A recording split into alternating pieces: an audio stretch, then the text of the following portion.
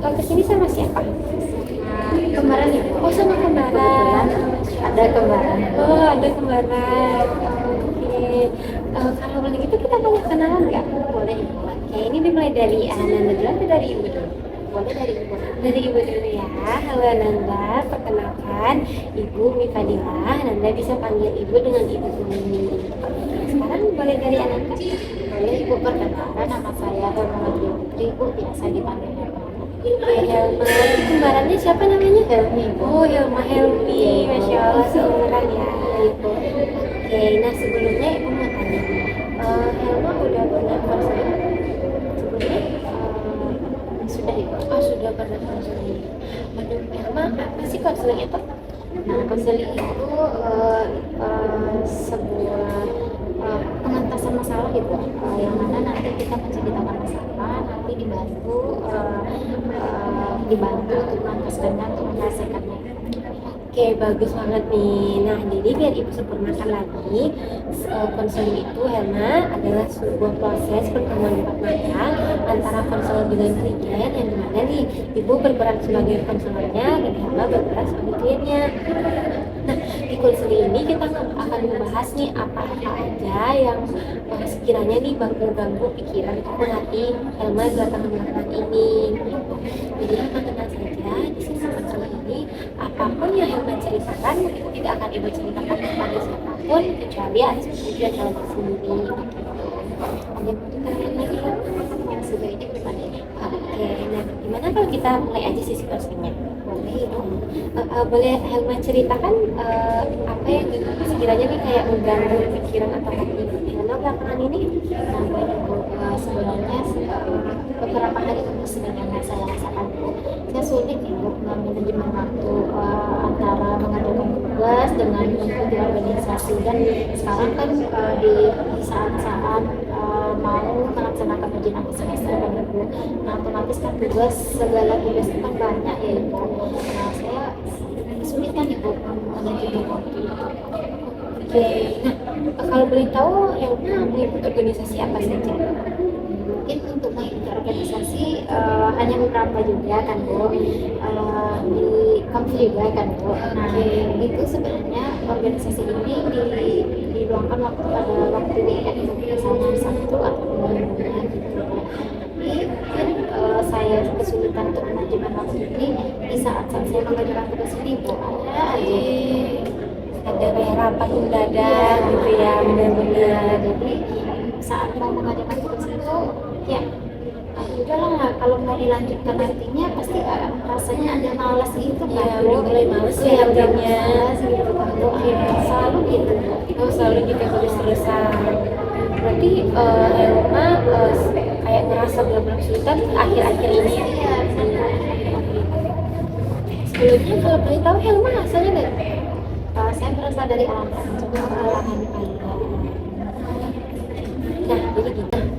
Kalau biasanya nih, kan itu kalau misalnya lagi tentang bersamaan atau lagi stres banget nih Helma mikirnya, biasanya Helma ngelakuin apa?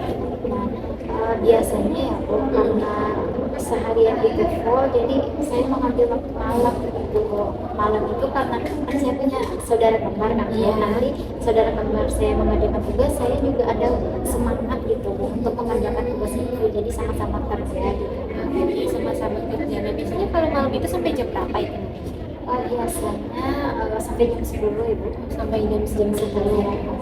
Udah di atas jam 10 itu udah tidur istirahat ya? Iya, dan mencoba istirahat, dan mungkin untuk aktivitas lainnya seperti baca ataupun mungkin mengevaluasi diri atau merancang kegiatan untuk besoknya gitu. Oke, nah kalau misalnya nih Ibu kasih skala kasih rate nih ya ke Helma, misal dari 1 sampai 10, dari mana 1 itu Helma benar-benar gak bisa ngehandle waktu Helma, dan 10 itu benar-benar bisa kayak benar mampu menguasai manajemen waktu Helma dari kegiatan organisasi atau kampus. Menurut Helma posisi Helma di gimana?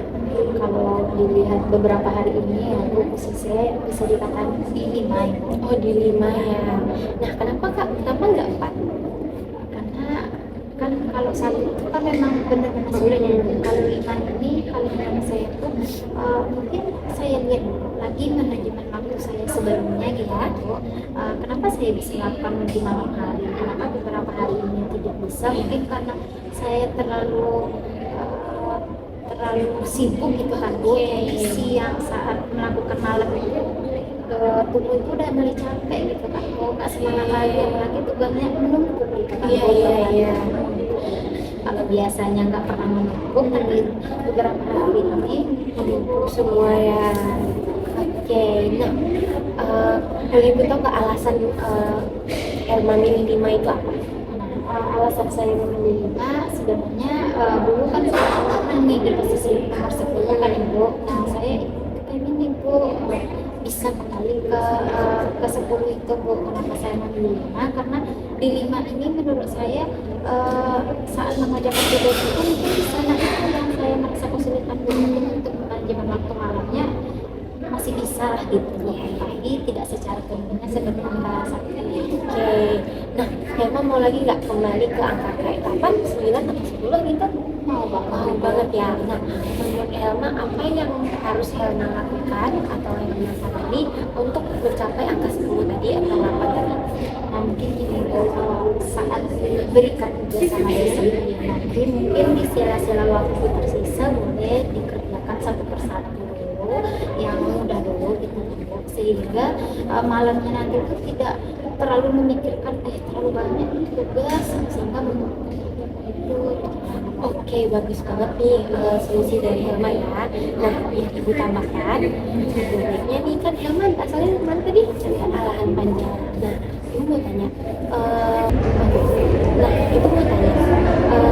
tujuan Helma datang ke universitas ini mau apa? Mau belajar ya, mau kuliah ya. Nah, ada baiknya nih, misalnya kan Helma kayak bikin jadwal harian, yang dimana jadwal harian itu Helma harus lebih memprioritaskan tugas Helma sebagai mahasiswa. Karena mau gimana pun kita datang ke universitas ini untuk belajar dan untuk menggapai cita-cita serta mewujudkan harapan orang tua kita. Jadi adanya kita benar-benar memprioritaskan jadwal tugas kuliah kita dulu ya, baru setelah jadwal tugas kuliah baru kita jajarkan tugas-tugas organisasi lainnya gitu. Nah, prioritas baru. Nah, dari pembicaraan kita tadi, apa yang Helma pahami dari pembicaraan kita?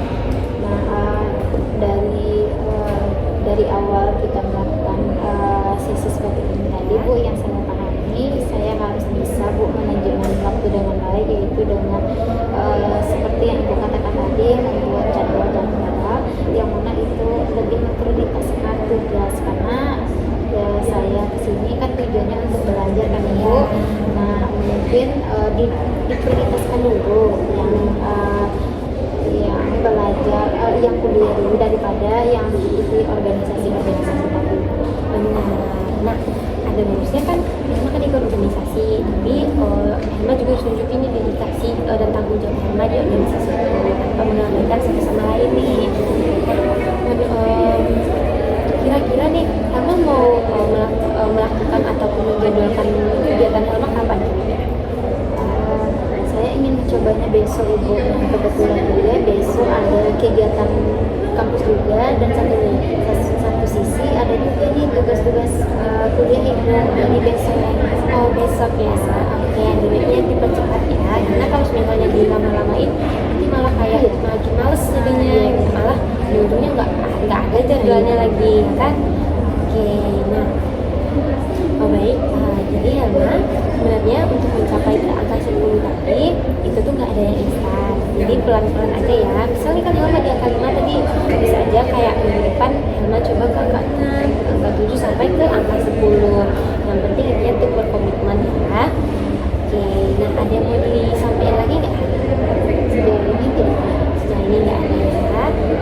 Oke, mungkin ibu akhiri aja ya sesi kita, karena juga karena udah berkomitmen untuk melakukannya besok. Ibu akan tanya lagi nih kemajuan Helma di pertemuan konseling kita ke depannya. Oke, gimana Helma, mau ada konseling lagi? Mau Ibu. Oke, kira-kira kapan? Boleh di hari yang sama, ini di tempat yang sama. Oke, nanti untuk perubahan-perubahan yang lainnya nanti kita saling komunikasi aja ya.